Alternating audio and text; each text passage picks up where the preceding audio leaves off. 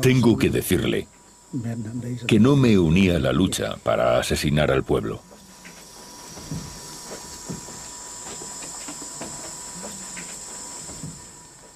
Incluso ahora, míreme. ¿Tengo aspecto de malvado? En absoluto. Tengo la conciencia tranquila. No la puedo tener más limpia.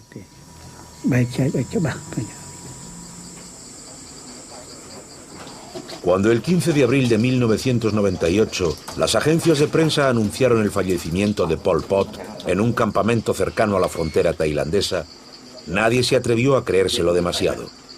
La noticia de su muerte ya se había difundido varias veces el año anterior.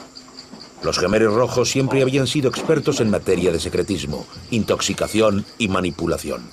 Para demostrar que el cadáver era el de Pol Pot, los forenses tailandeses fueron autorizados a examinar su dentadura, a tomar muestras de piel y de cabello y a tomarle las huellas dactilares.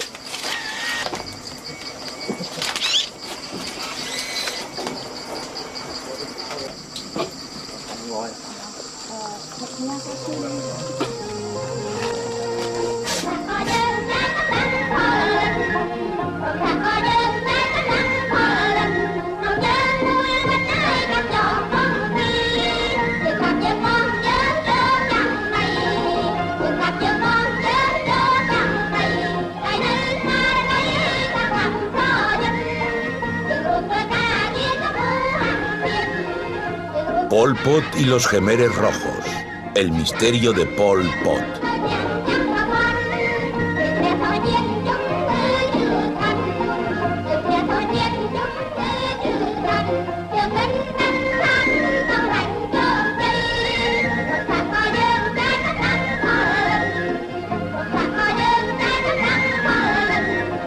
Pol Pot siempre se negó a conceder entrevistas, tanto mientras estuvo en el poder como después de su huida en 1979. 18 años después, en 1997, cuando el movimiento Khmer Rojo se hundió, Pol Pot fue arrestado y juzgado ante un tribunal popular. Nate Thayer, periodista estadounidense del Far Eastern Economic Review, fue autorizado a asistir al acontecimiento y a entrevistar a Pol Pot en absoluta exclusiva. El Khmer Rojo había anunciado que Pol Pot había sido arrestado. Yo pensé que era verdad, aunque nadie más se lo creyó. Y con motivo, porque el Khmer Rojo mentía mucho. Llevaba una década mintiendo, así que su propaganda resultaba inútil.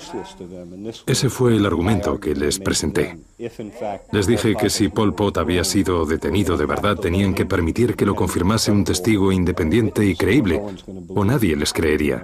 Y esa fue la razón por la que me permitieron acceder a Pol Pot.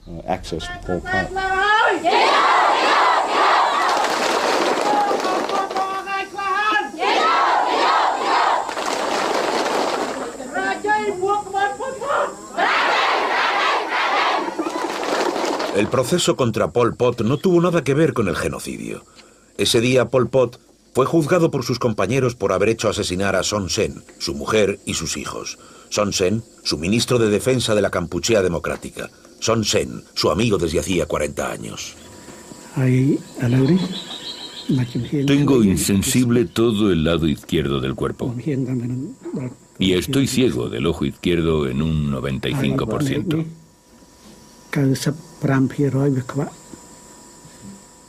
Por eso, cuando camino, me tambaleo. He estado a punto de morir 2 o 3 veces. Dice usted que estoy acabado política y físicamente, y es cierto.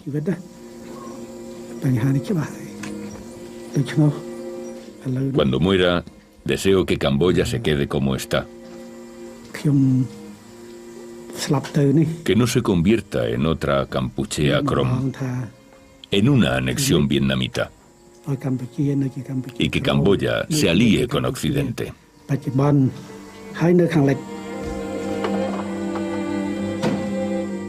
Cuando se le ve y se le escucha, Pol Pot parece un abuelo simpático. El desfase entre su personalidad cortés y su crueldad legendaria siempre ha extrañado y siempre ha engañado al mundo. Uno de sus más próximos colaboradores decía de él: es capaz de enviar a alguien a la muerte con dulces palabras. Una de las cosas que he aprendido y estudiado sobre los regímenes genocidas y los individuos genocidas es que no son los monstruos que te esperarías encontrar. Esa gente lleva a cabo los crímenes horribles que comete porque cree que son necesarios para crear un mundo mejor. Puede que los fines de Pol Pot fueran nobles, pero sus medios fueron malvados.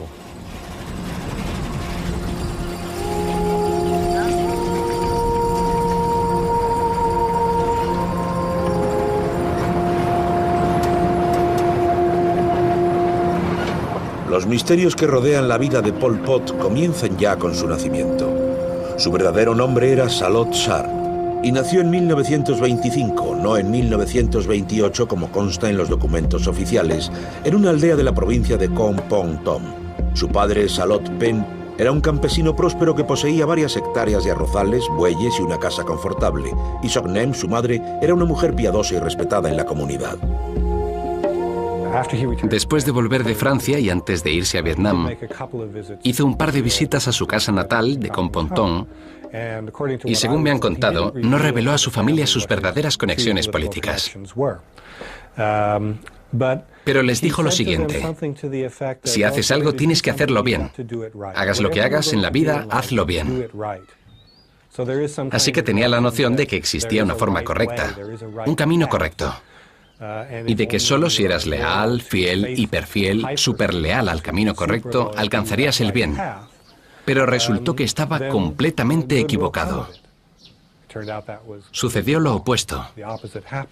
Fue otra ironía típica de Pol Pot. En el jardín, justo detrás de la casa familiar, se halla el cráter de una bomba lanzada por un avión norteamericano en la época de la intervención de Estados Unidos. Y también la estupa, la tumba que contiene los huesos de los antepasados de los Salot.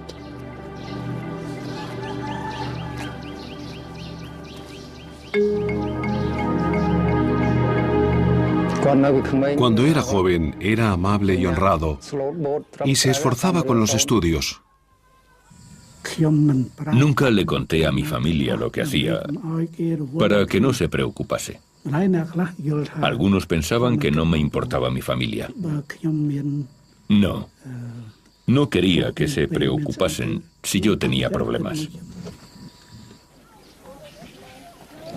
Recuerdo nuestra infancia como muy tranquila. A menudo me pregunto cómo alguien tan dulce pudo maltratar tanto al pueblo camboyano. Me planteo muchas veces esa pregunta.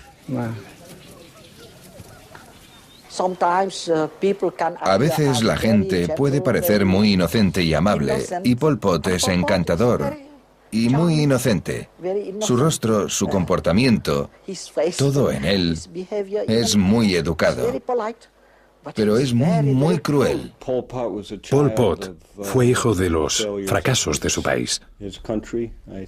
Fue un auténtico nacionalista, que era un hombre malvado.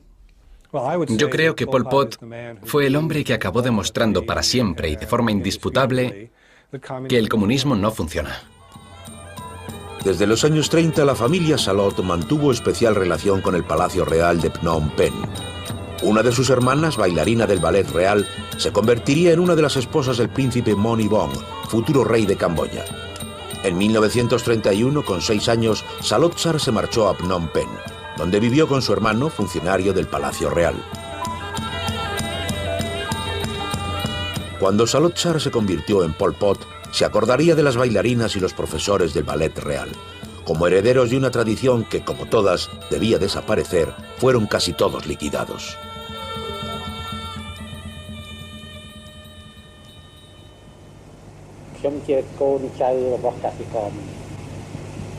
Quand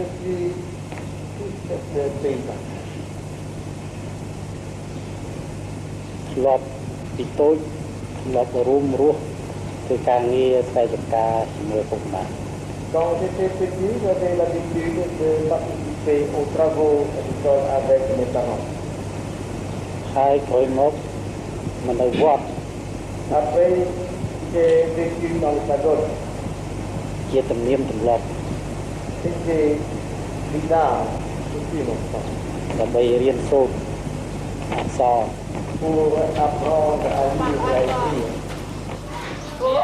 El joven Sar permaneció algunos meses en la pagoda de Botum Badai, cercana al Palacio Real, donde fue recibido como novicio. Allí aprendió los rudimentos del budismo en el idioma Jemer. J'ai vécu dans le pagode 6 ans.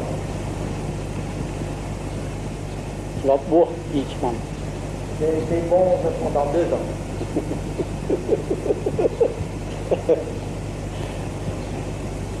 Vous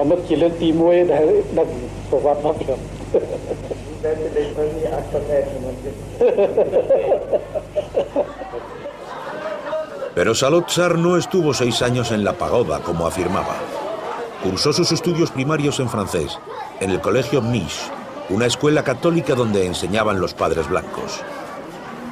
Pol Pot mintió sobre su educación para dar la impresión en la televisión yugoslava de que había recibido una instrucción clásica totalmente Jemer.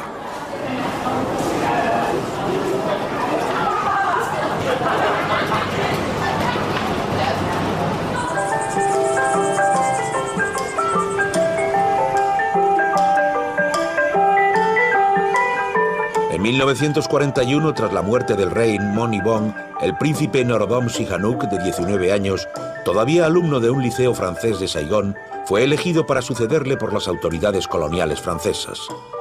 Como al joven príncipe le interesaban más las chicas que la política, las autoridades francesas pensaron que Sihanouk sería un rey ideal, preferible a otros candidatos al trono, más difíciles de manipular. A partir de los años 40, los destinos de Salot Sar y del rey se cruzarían a menudo. El mariscal Pétain, del gobierno de Vichy, me eligió para ser rey, porque los franceses creyeron que sería un rey muy flexible, muy pro-francés, dispuesto a dejar que Camboya siguiera siendo una colonia. Pero el hecho es que nací para estar con Camboya.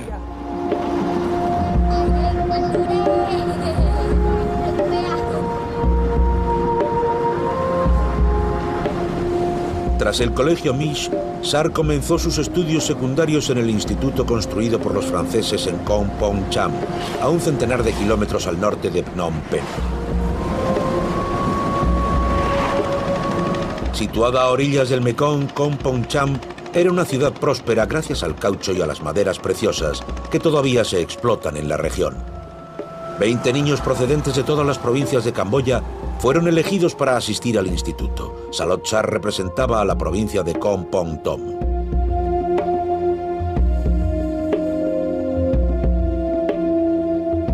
En su entrevista con Nate Thayer, dijo que no le gustó que yo le llamase mediocre, que es lo que uno de sus compañeros de instituto dijo que era. Dijo, no era mediocre, era de la media.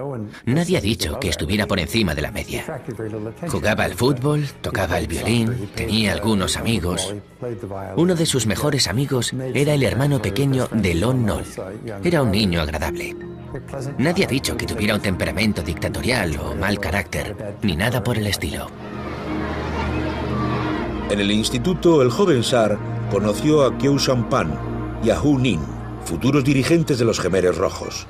En la época de la Segunda Guerra Mundial, los alumnos, como todos los habitantes de Indochina, descubrieron que la potencia colonial no era invencible.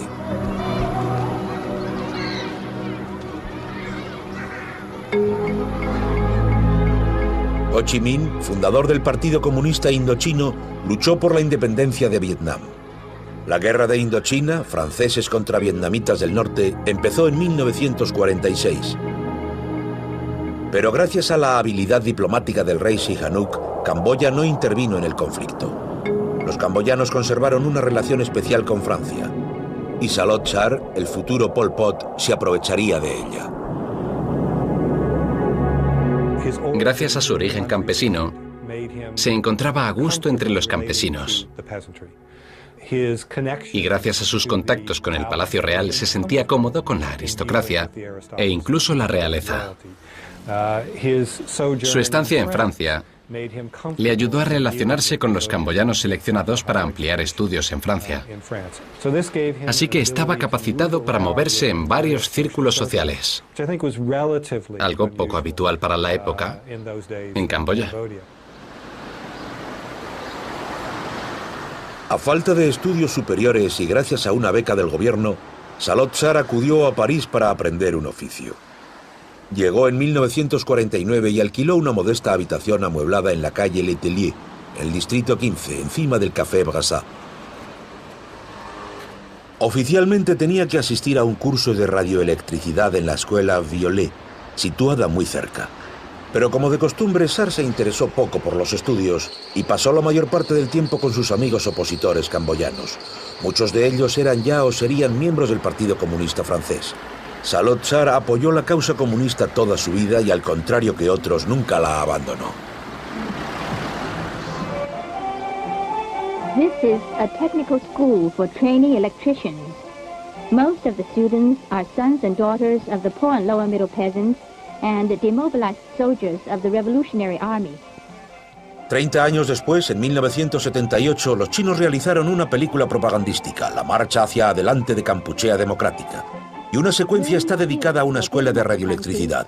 Por supuesto, la película muestra algo que nunca existió. En esa época no había ninguna escuela, ni profesor, ni clase.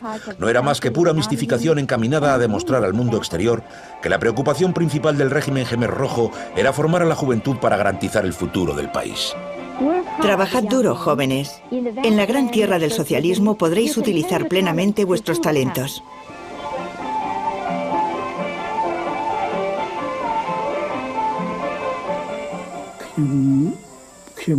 Estudié en París, como ha escrito David Chandler,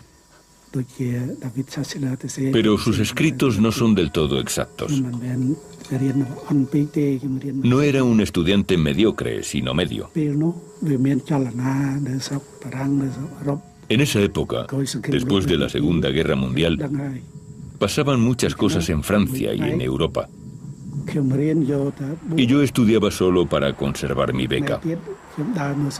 Leía mucho.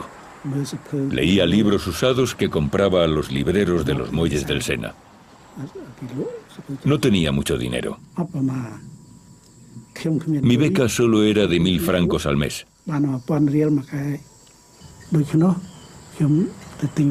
Compraba libros viejos que costaban 20 o 25 francos. Por ejemplo, la Gran Revolución Francesa.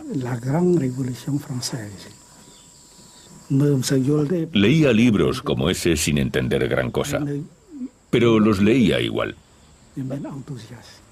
Era un entusiasta. También seguía los acontecimientos de otros países. En la India, por ejemplo, las actividades de Mahatma Gandhi. La editorial del pueblo sirve al pueblo. Periódicos, revistas. En la época de Kampuchea Democrática estaba prohibido leer, excepto algunas publicaciones oficiales, prohibido escribir y prohibido escuchar radios extranjeras. Fue otra ironía de Pol Pot, porque todos los dirigentes Khmeres rojos habían recibido educación secundaria o universitaria. Esos intelectuales que se consideraban la vanguardia de la revolución más radical que había conocido el mundo, cerraron sin dudarlo lo más mínimo colegios, universidades y pagodas.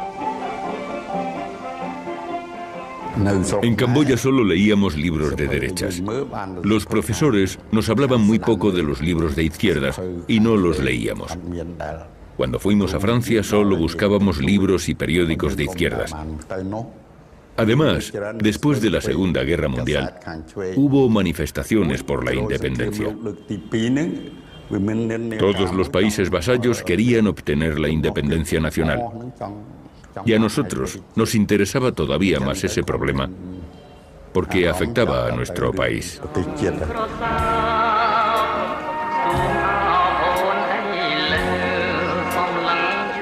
En París, Salot-Sar escribió un artículo de 8 páginas titulado «Monarquía o democracia». Lo publicó en un número especial de la revista de la Asociación de Estudiantes Jemeres. Bajo el seudónimo Jemer original, Salot-Sar atacó violentamente la monarquía camboyana. Era, según él, una pústula maloliente que vive gracias al sudor y la sangre de los campesinos. El panfleto afirmaba que solo la Asamblea Nacional y los derechos democráticos dan al pueblo camboyano la ocasión de respirar un poco. Citaba las revoluciones francesa, rusa y china y proclamaba que la democracia que reemplaza a la monarquía es una institución incomparable y pura como un diamante. Jemer original concluía exigiendo la abolición inmediata de la monarquía en Camboya. Por supuesto, el artículo suscitó reacciones muy vivas en el Palacio Real de Phnom Penh. Di becas a Pol Pot o Salot-Sar y a Ieng Sary. Cuando se fueron a Francia, eran nacionalistas. Pero cuando volvieron a Camboya, después de estudiar allí, eran comunistas. Suelo decir que para que mis estudiantes no se hubieran vuelto rojos, no se hubieran hecho comunistas, debería haberles enviado a países comunistas.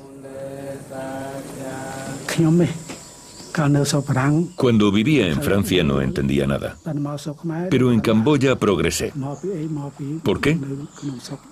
Porque al volver a Camboya no tuve ningún contacto con la burguesía. No tenía más que un diploma de estudios intermedios.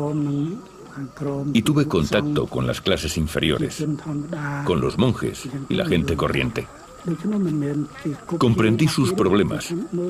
No calqué mi comportamiento de nadie. Presté atención a la gente. Tras haber vivido en Europa, vi cosas que me dolieron mucho. En cuanto a mis estudios y mis modelos, me influyeron muchas cosas distintas, pero sobre todo lo que vi en el país.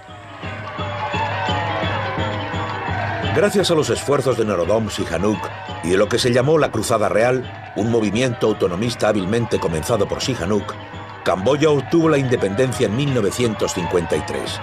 La educación efectuó avances notables. Comparada con los problemas que sufrieron Vietnam y Laos, los otros 2 países de la antigua Indochina francesa, Camboya parecía un oasis de paz y estabilidad.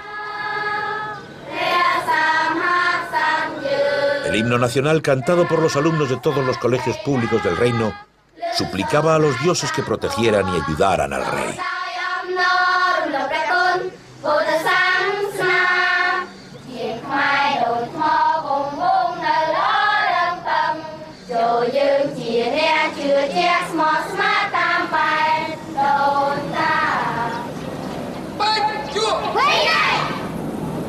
En 1953, Salot-Sar, sin obtener el diploma, regresó a Camboya. Enseguida entró en contacto con los comunistas locales y los estudiantes comunistas que había conocido en Francia y viajó al este del país para encontrarse con los comunistas vietnamitas. En 1956 se casó con Kieu Ponari, la cuñada de Ieng Sary, a la que había conocido en París. Sin diploma, Sar no podía enseñar en un liceo del Estado y se hizo profesor de un liceo privado llamado Cham Ram Vichea, o conocimiento progresivo. Mientras esperaba épocas mejores, el profesor Salot-Sar era muy apreciado por sus alumnos. Una persona que le conoció cuando era profesor en Phnom Penh en los años 50 dijo que en cuanto le vio pensó que podría ser su amigo toda la vida. Los Jemeres Rojos exterminaron después a la familia de esa persona, pero le gustó su personalidad. Otros alumnos dijeron que era el profesor que más les había inspirado nunca. Era bueno con ellos, era amable y suave. No les mandaba. Y los profesores camboyanos tienden a ser autoritarios. Me recuerda, por ejemplo, a Ho Chi Minh, otra persona que nunca perdía los buenos modales, aunque obviamente era consciente de temas muy poco agradables y los supervisaba. No sabemos quiénes eran en realidad Ho Chi Minh y Pol Pot.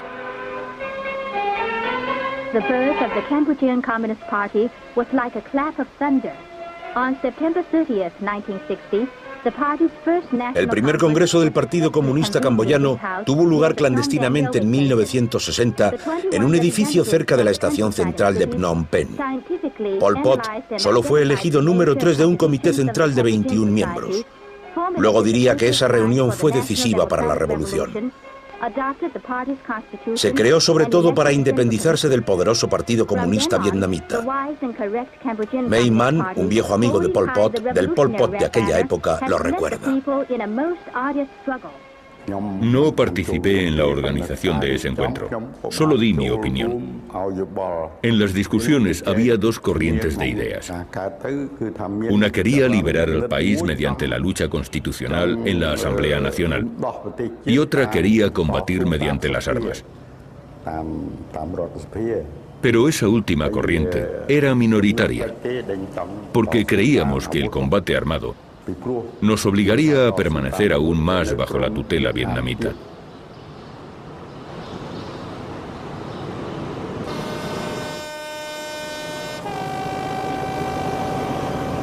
Dos años después, Tu Samut, secretario general del Partido Comunista Camboyano, desapareció misteriosamente.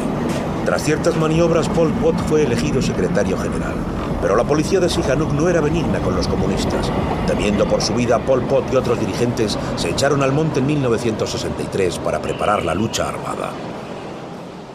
La gente que había visto a Pol Pot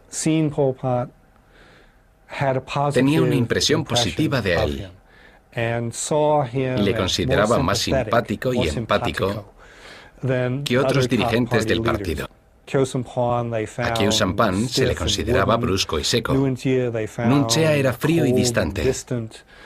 Tam Ok era maleducado y abrasivo. Pero Pol Pot parecía un tipo agradable. Alguien con quien podías mantener una conversación razonable.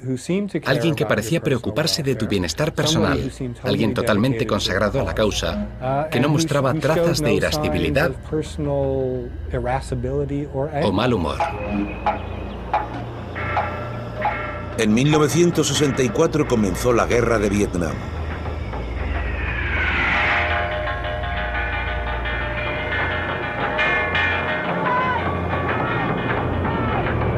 Fue una guerra total entre la mayor potencia militar del mundo y un pequeño país tercermundista, simbólicamente entre los B-52 y los Phantom de un bando y las escopetas de caza del otro.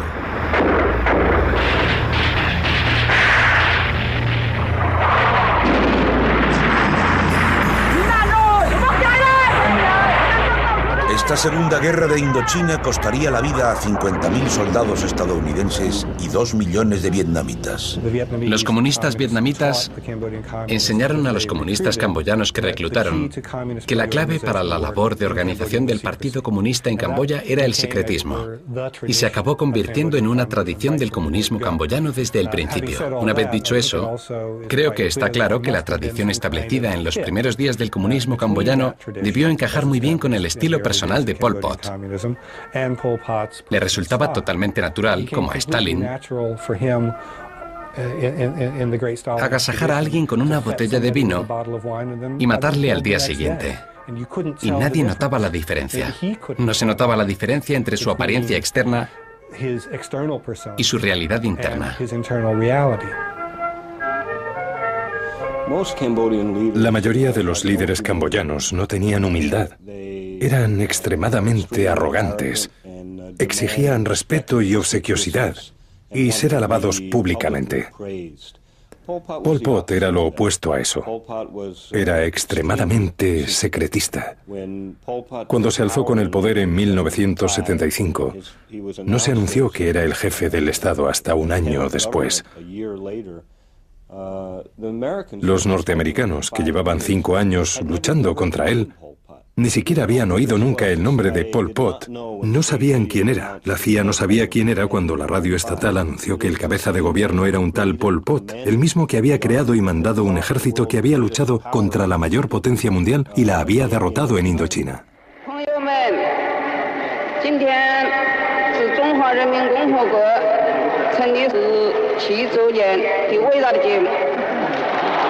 En 1966, Pol Pot acudió a Pekín por primera vez. y su visita coincidió con el inicio de la Revolución Cultural. La política de Lin Biao, ministro de Defensa chino, y la de la Banda de los Cuatro ejercieron una influencia inmediata sobre sus proyectos. Pol Pot planeó desarrollar su propia revolución cultural, más radical aún que la de China y la de Albania.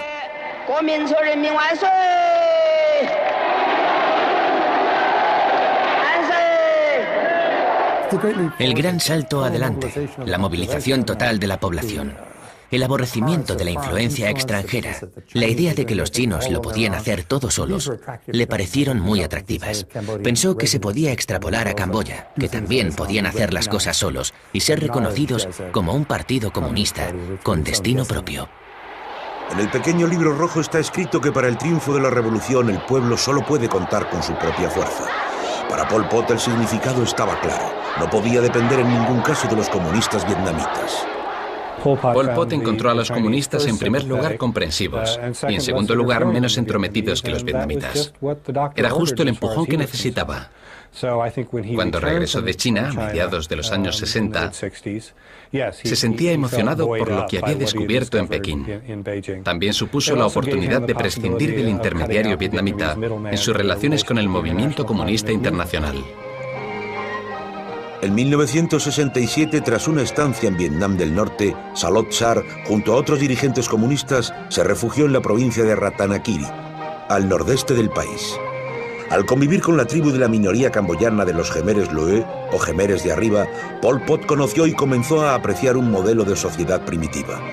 Esa tribu practicaba el trueque, no conocía el dinero, llevaba una vida comunitaria y, sobre todo, sus miembros profesaban una lealtad sin fisuras a sus jefes.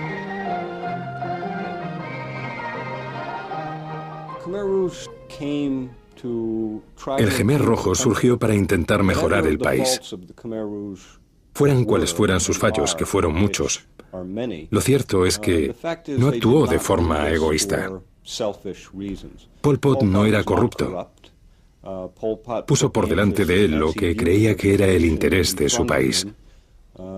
Igual que la mayoría de los líderes Khmeres rojos, que estaban orgullosos de servir a los pobres y a los desheredados, y vivieron con ellos en la selva. Intentaron transformar la sociedad camboyana, acabar con el feudalismo y la corrupción de sus líderes, que de hecho habían puesto al país de rodillas antes de que Pol Pot les arrebatase el poder. Pol Pot no cree en Dios, pero cree que el cielo o el destino le han escogido para guiar a Camboya. Cree que es lo mejor para Camboya, pero es lo peor. Pol Pot está loco, como Hitler.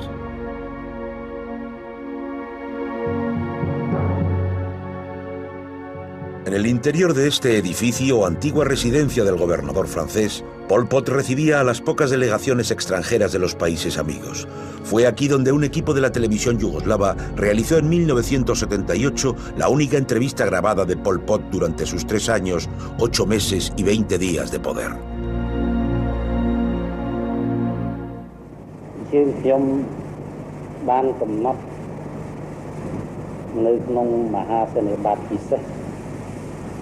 Lia khé Mesaในจงแค่เมษา1975ថា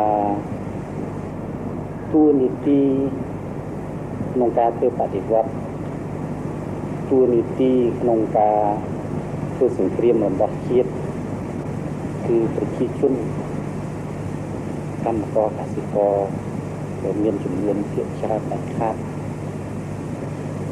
អ្នកទាំងនេះបានត្រលើទម្ងន់ច្រើនជាងគេអ្នកនេះត្រូវទទួលផលបដិបត្តិ Septiembre del 77. El mundo entero descubrió que el misterioso Angkar que dirigía Camboya desde hacía 2 años no era otro que el Partido Comunista Camboyano, con su secretario general, el hermano número 1, un desconocido cuyo nombre era Pol Pot. El descubrimiento se hizo a través de un discurso interminable de 5 horas con destino al extranjero pronunciado por el propio Pol Pot y grabado en la frontera tailandesa por el padre François Poncho, que trabajaba en un campo de refugiados. La primera vez que oí hablar de Pol Pot fue en septiembre del 77. Me lo encontré en una gran reunión en Phnom Penh y me pareció un hombre encantador. Hay que saber que en Camboya el poder no lo detenta la gente instruida, sino la que habla bien. El contenido ideológico del discurso es lo de menos, lo que importa es su armonía. Tanto Pol Pot como Sihanouk, como ahora Hun Sen, son gente que sabe hablar al pueblo y representar imágenes, son encantadores.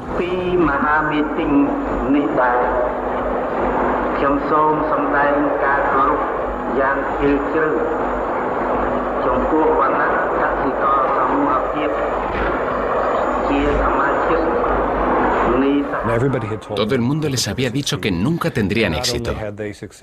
Y no solo lo tuvieron, sino que lo tuvieron antes que los vietnamitas. Eso creó dentro de la estructura del partido una atmósfera en la que se consideraba a Pol Pot un genio que podía lograr lo imposible. Y basándose en esa reputación, fue capaz de poner en marcha una serie de medidas que enseguida se demostró que eran desastrosas. Y cuando otros se daban cuenta de que lo eran, se libraba de ellos.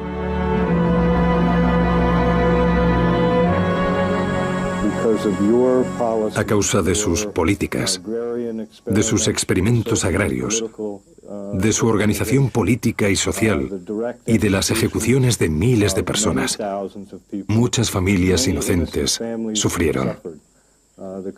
El país también sufrió por sus políticas. Muchos de sus compatriotas camboyanos quieren saber si siente algún tipo de remordimiento y si reconoce que cometió errores muy graves cuando ostentaba el poder.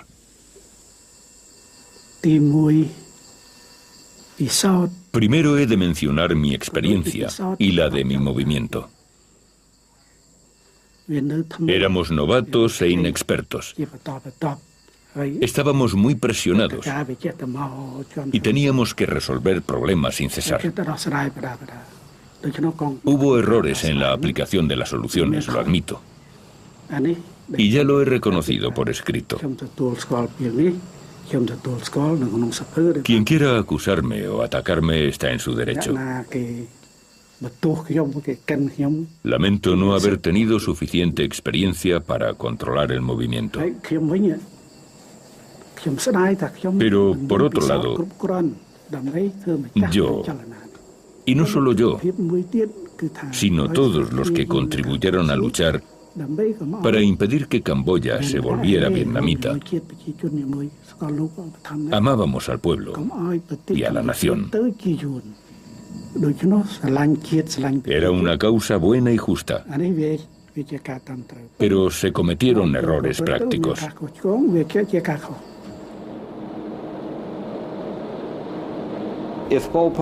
Si a Pol Pot lo analizase un psiquiatra occidental, no cabe duda de que lo encontraría enfermo, al igual que la mayor parte de líderes camboyanos, tanto leales como opositores. Hablaría con todo detalle sobre cómo el enemigo estaba en todas partes, incluidos niños pequeños, mujeres y familias. Todos eran parte de una gran conspiración.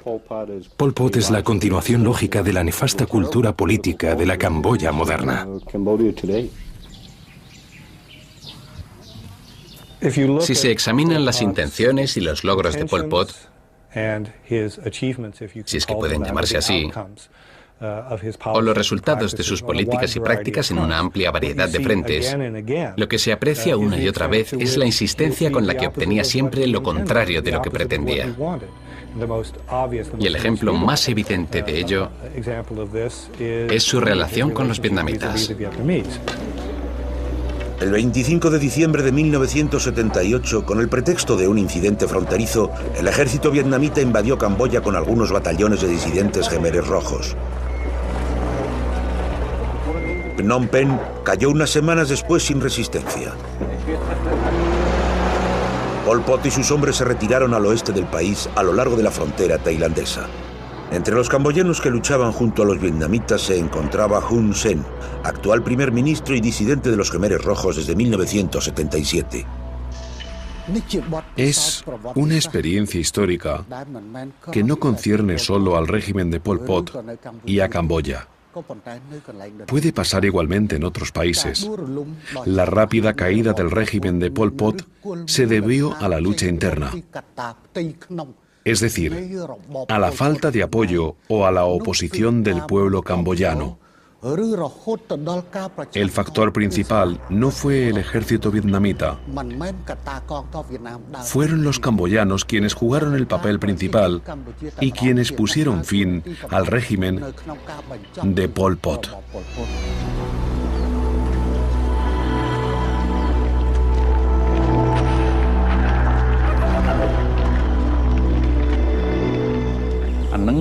En enero de 1979, huí y llegué a Batam Bang, donde me reuní con Pol Pot y Nuon Chea. Discutí con ellos y les dije que había que repartir armas a la población a toda costa, para que nos ayudase a luchar. Pol Pot me respondió que ni hablar, que si le dábamos armas a la gente, nos volarían la cabeza. Entonces me dirigí a Pol Pot diciéndole que él siempre decía que el 90% de la población nos apoyaba. Yo le había creído hasta entonces, pero ya no sabía si era verdad. Me respondió que antes el pueblo nos creía, pero que ahora era el caos total y el pueblo podía matarnos. Le dije que en ese caso la guerra estaba perdida y que todo lo que habíamos hecho desde el principio no había servido absolutamente para nada.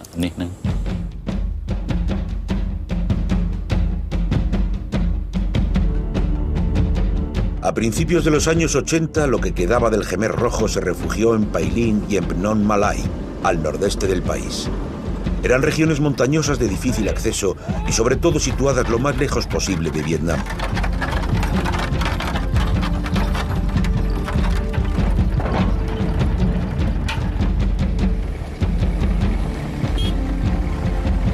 Hemos encontrado a uno de los hombres que trabajaron con Pol Pot en esa época y que ahora es un pinchadiscos de Radio Pailin, Kong Duong.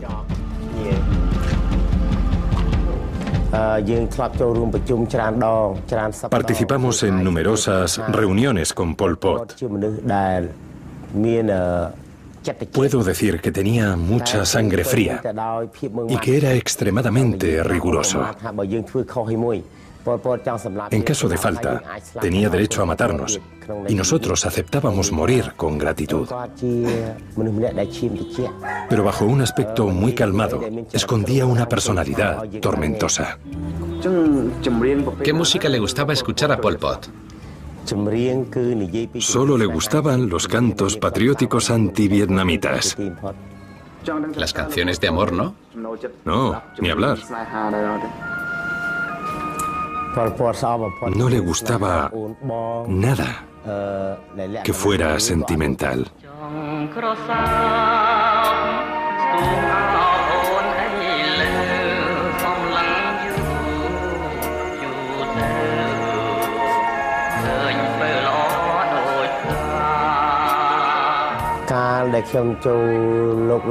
En realidad, cuando me uní a los Khmeres Rojos, todavía era joven e ingenuo. Ahora me doy cuenta de que me faltaba mucha experiencia. Ahora sé que en esos años muchos miembros de mi familia murieron. A mi padre le ataron a una piedra y le arrojaron a un pozo. Y a mi hermano mayor los mataron entre atroces sufrimientos. A mi hermana pequeña también la mataron tras torturarla bajo Pol Pot. Esas noticias afectaron mucho a mi fe en Pol Pot. En 1982, todos los camboyanos, hasta hacía poco enemigos, se unieron contra el ocupante vietnamita y formaron un gobierno de coalición compuesto de nacionalistas, monárquicos, Khmeres Rojos y antiguos miembros de la ANCAR. Ese gobierno, refugiado también en la frontera tailandesa y reconocido por la ONU como único gobierno legítimo de Camboya, estaba financiado por China, Estados Unidos y Tailandia. Una vez más, los destinos de Pol Pot y el rey Sihanouk se cruzaron. En lo que respecta a Sihanouk, una vez en la ONU, un periodista le preguntó cómo se definiría.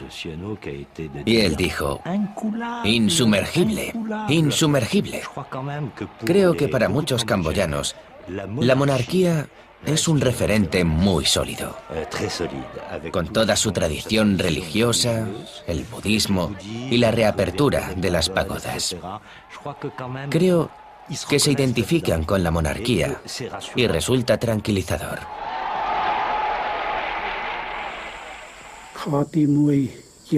Para empezar, es algo histórico. En 1975, Vietnam del Norte liberó a Vietnam del Sur. El 30 de abril.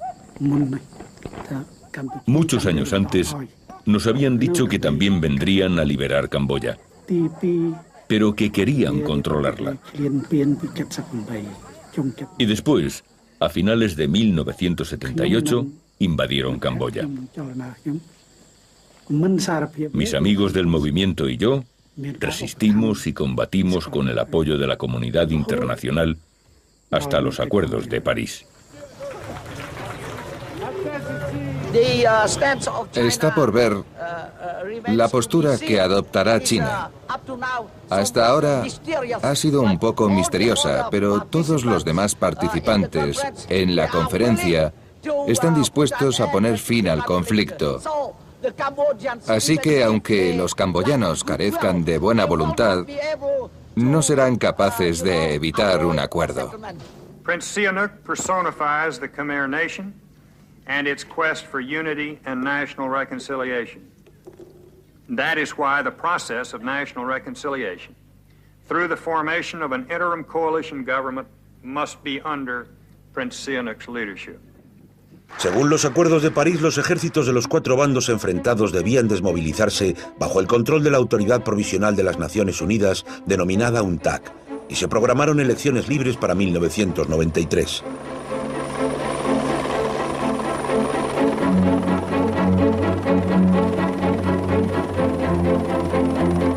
Pero los Khmeres rojos se retiraron de las elecciones con el pretexto de que los militares vietnamitas seguían ocupando el país. Incluso acusaron a la UNTAC de ser cómplice de Vietnam. Los vietnamitas no se han ido, aunque acá se diga que ya no quedan más tropas yuon en Camboya.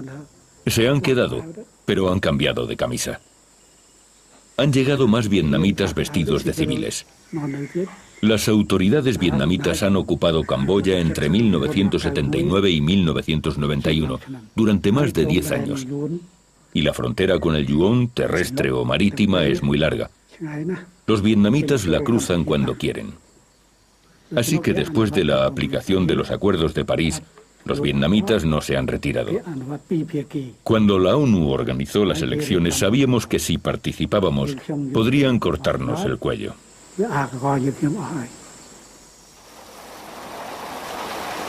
Finales de 1993. Misión cumplida. La ONU abandonó Camboya. China, Estados Unidos y Tailandia, que apoyaban al gobierno de coalición, retiraron su ayuda financiera. Entonces, para comprar armas, los Khmeres rojos se vieron forzados a vender a los tailandeses los derechos de explotación de las minas de piedras preciosas, sobre todo de rubíes y zafiros. Los nuevos ingresos de los Khmeres rojos se estimaron en unos $200 millones anuales. En un regateo faustiano, Pol Pot decidió que para sostener la revolución tenía que encontrar una fuente de ingresos y decidió crear un sistema de doble cuño. Un cinturón exterior de actividades capitalistas dedicadas a la minería de gemas y la explotación de las selvas del nordeste cercanas a Pailin. Y un núcleo interno que permanecería fiel a los verdaderos ideales de la revolución. Y ese trato con el diablo que hizo Pol Pot sería su perdición.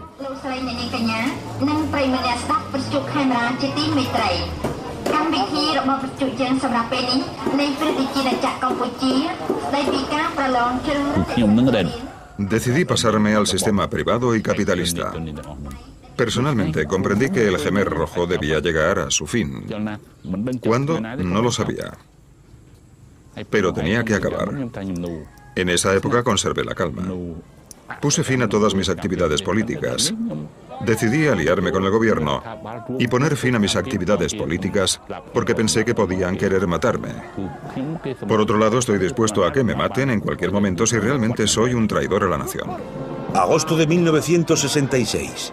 Ieng Sary, el número 3 del régimen de los Khmeres Rojos, decidió aliarse a las fuerzas gubernamentales, aportando unos 4.000 combatientes Khmeres Rojos.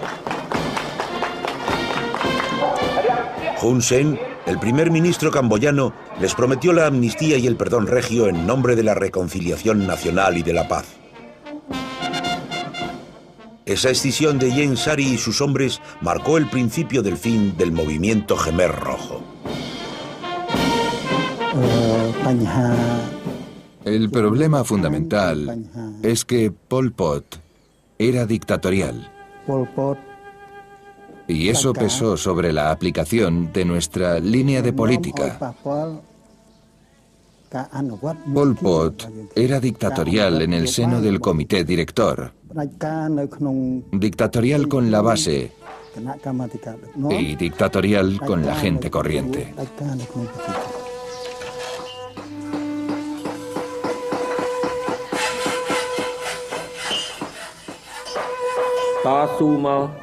Luché junto a Pol Pot no durante un periodo corto, sino durante muchos años. Y como resultado intentó liquidarme, matarme junto a otros dirigentes que estaban de mi lado, e incluso matar a la gente que me rodeaba.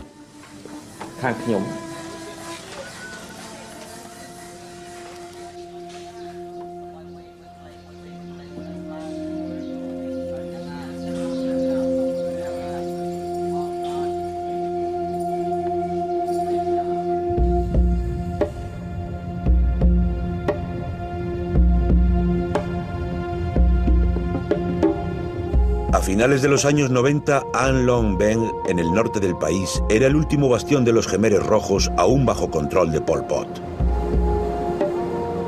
El viejo dictador, debilitado, seguía imponiendo un régimen comunista puro y duro, aunque su movimiento se había reducido a unas pocas decenas de miles de personas. Aislados, totalmente incomunicados con el mundo exterior, los últimos Khmeres Rojos tenían una única idea fija: sobrevivir.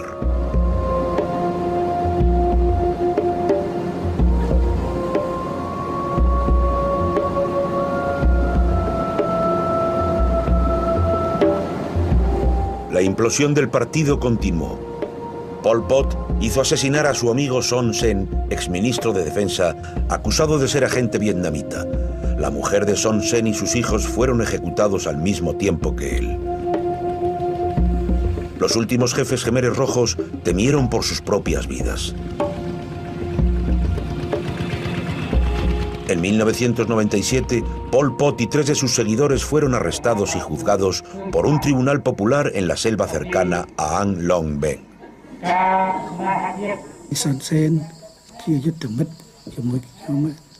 Son Sen había sido un buen camarada durante numerosos años. Pero después hubo una secesión en el oeste del país.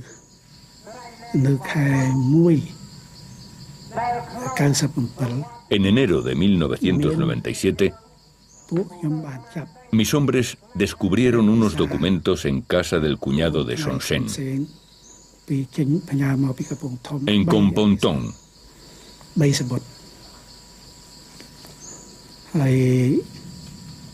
Kompong-Tong formaba parte de la estructura de Hun Sen. Tengo hermanos y hermanas, a los que mató el régimen de Pol Pot. Personalmente, yo no he matado a nadie. El 9 de noviembre de 1997, nos dimos cuenta de que el régimen de Pol Pot había masacrado a la población. No se libraron ni los niños. Es el primer problema que quiero plantear.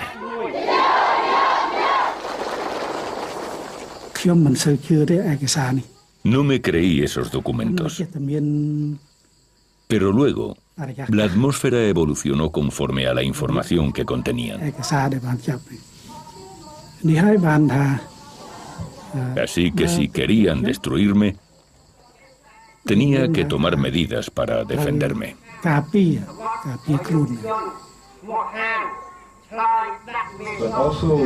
¿Pero tuvo que matar a toda su familia, incluidos los niños? No, solamente al marido y a la mujer. Eran malos elementos desde hacía mucho tiempo. Los responsables del asesinato de los demás miembros de su familia fueron otros. Yo solo soy responsable indirectamente. Y lo lamento. No se hizo correctamente.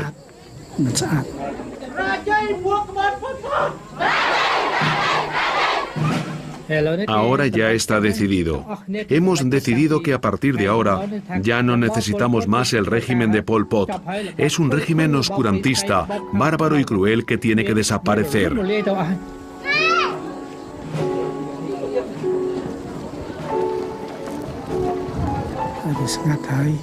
Cuando todo está en calma, hacia las 6 de la tarde, me voy a la cama bajo la mosquitera. Duermo solo. Mi mujer y mi hija no viven aquí.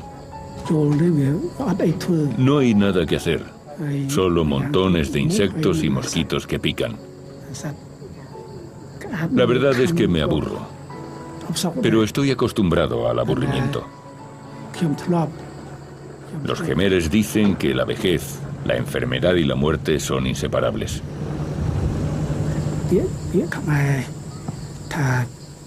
En lo que a mí respecta, de esas tres cosas, ya solo me espera la muerte.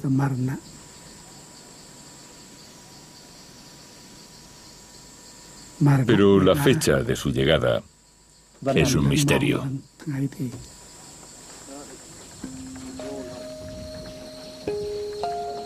Pol Pot murió el 15 de abril de 1998. Las circunstancias de su muerte nunca han sido dilucidadas. Envenenamiento, crisis cardíaca, suicidio. La víspera de su muerte, Tha Mok había dado a entender que había acordado intercambiar al anciano vivo a cambio de armas y medicamentos. Su mujer y su hija de 12 años,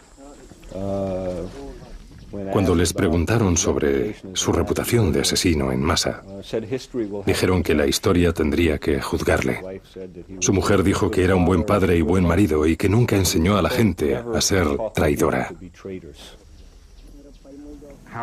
¿Cómo le gustaría a su hija que los camboyanos recordasen a su padre? No puede decir nada. Puede que quiera que sea la historia quien le juzgue. Now she's not, able to say anything. Maybe she want to let history judge. Se fue a la tumba creyendo que era un buen líder y que había hecho más bien que mal por su país, lo cual resulta muy insatisfactorio. Habría sido muy importante para sus víctimas que hubiera reconocido que se equivocó.